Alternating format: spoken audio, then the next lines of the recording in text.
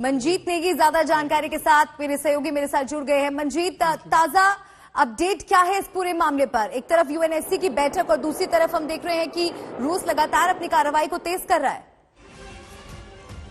देखिए मल्लिका, जिस बात की आशंका थी वो सच साबित हुई है और अब इस बात की इस तरह की खबरें आ रही हैं कि रूसी राष्ट्रपति ने ये साफ कर दिया है कि अब यूक्रेन के खिलाफ जो उसका मिलिट्री ऑप्शन था वो उसको टाला नहीं जा सकता। इस तरह की बात सामने आई। इसका मतलब अब बहुत जल्द यानी कि कुछ ही घंटों के अंदर रूस यूक्रेन में अपनी जो सैन्य शक्ति है उसका इस्तेमाल करेगा। उसकी सेनाएं पहले से ही यूक्रेन सरहद पर मौजूद हैं। तमाम उसके जो स्पेशल फोर्स के लोग हैं, उसके अलावा उसकी वायुसेना और थल सेना दोनों ही मोर्चों पर तैयार है। और अब एक बड़ी घटना यूक्रेन और रूस के बीच में होने जा रही है, जिसके संकेत साफ तौर पर रूसी राष्ट्रपति व्लादिमीर पुतिन ने दिए हैं। उन्होंने साफ कर दिया है कि अब तो यूक्रेन के खिलाफ जो रूस का सैन्य अभियान है उसको रोका नहीं जा सकता। इससे सीधे मतलब यही है कि अब यूक्रेन और रूस के बीच में जो सैन्य तनाव है वो चरम पर पहुंच गया है। हालांकि इस बीच यूएन की जो बैठक है वो भी चल रही है, लेकिन उसके ज्यादा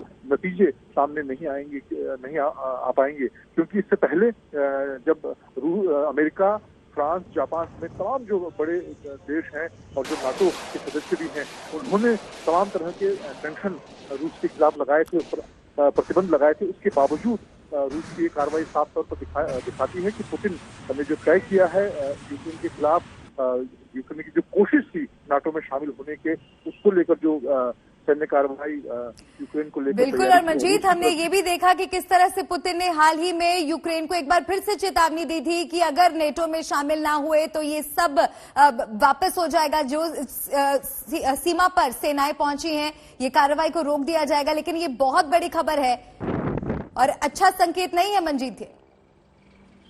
बिल्कुल, पूरे विश्व समाज के लिए एक बड़ी घटना है, क्योंकि लंबे समय से इस बात की आशंका थी, लेकिन अब वो आशंका सच में तब्दील होती जा रही है। इस तरह से रूस ने अब साफ कर दिया है। और खासतौर से जो यूएन के और खासतौर से नाटो के बड़े सदस्य हैं, अमेरिका, फ्रांस, जर्मनी समेत, उनके प्रतिबंधों के बावजूद व्लादिमीर पुतिन ने इस तरह का फैसला किया है। और उनके जो शब्द हैं उसमें साफ तौर पर कहा गया कि अब इस घटना को टाला नहीं जा सकता, यानी कि यूक्रेन के खिलाफ जो रूस की सैन्य कार्रवाई है वो होकर रहेगी। इसके सीधे मतलब यही है।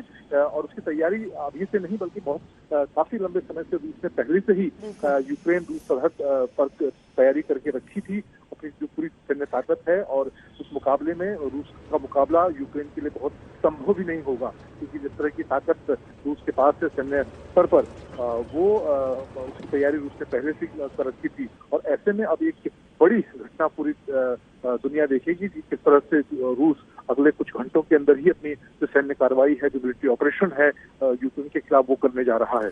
लेकिन अब यूक्रेन के सामने क्या रास्ता बचता है मंजीत?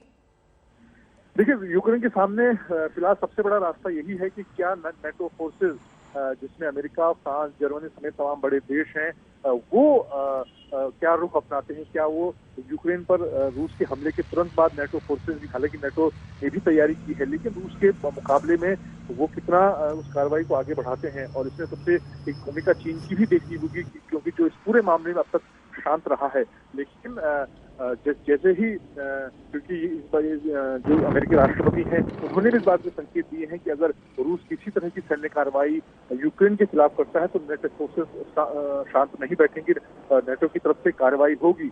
और इस बात को अब टाला नहीं जा सकता कि व्लादिमीर पुतिन ने जिस तरह के संकेत दिए हैं कि वो अब सैन्य कार्रवाई करने जा रहे हैं, उसको टाला नहीं जा सकता यूक्रेन के खिलाफ। तो ऐसे में नेटो फोर्सेज और रूस की सेनाओं के बीच में निश्चित तौर पर ये बड़ा युद्ध होने जा रहा है। बिल्कुल। तो यूक्रेन के खिलाफ युद्ध की बात तो पुतिन कर रहे हैं, लेकिन साथ ही क्या ये महज एक धमकी भी हो सकती है? क्या ये एक डराने की कोशिश हो सकती है यूक्रेन को? देखिए, इस बात के संकेत व्लादिमीर पुतिन लगातार कह सकते हैं कि मानसिक और दूसरे तौर पर, सामरिक तौर पर देने की कोशिश कर रहे थे कि जो यूक्रेन है वो नेटो में शामिल ना हो। इस बात की कोशिश पिछले काफी लंबे समय से रूस की तरफ से की जा रही थी। व्लादिमीर पुतिन हर तरह से उस पर दबाव बनाने की कोशिश कर रहे थे कि वो नाटो का सदस्य न बने। लेकिन पिछले, अगर हम हफ्ते भर के घटनाक्रम को देखें, जिस तरह से तेजी के साथ पूरा घटनाक्रम बदला है रूस के मामले में। यूक्रेन और रूस के बीच में जो घटनाक्रम है उसमें तमाम तरह के जो, चाहे हम संयुक्त राष्ट्र संघ की बात करें, सुरक्षा परिषद की बात करें, उसके अलावा नेटो फोर्सेस का जो दबाव रहा है, क्योंकि अमेरिका ने ये साफ तौर पर कहा था कि अगर यूक्रेन पर कोई भी कार्रवाई। I would like to underline that the legitimate security interests of all parties should be fully taken into account. The need for peaceful settlement of disputes in accordance with international law and with agreements entered into by parties concerned.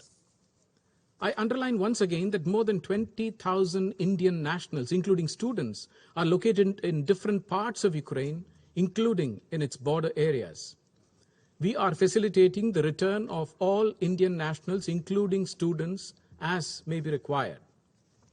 We believe that the solution lies in sustained diplomatic dialogue between the concerned parties. In the meantime, we strongly emphasize the vital need for all sides to maintain international peace and security by exercising the utmost restraint. I thank you.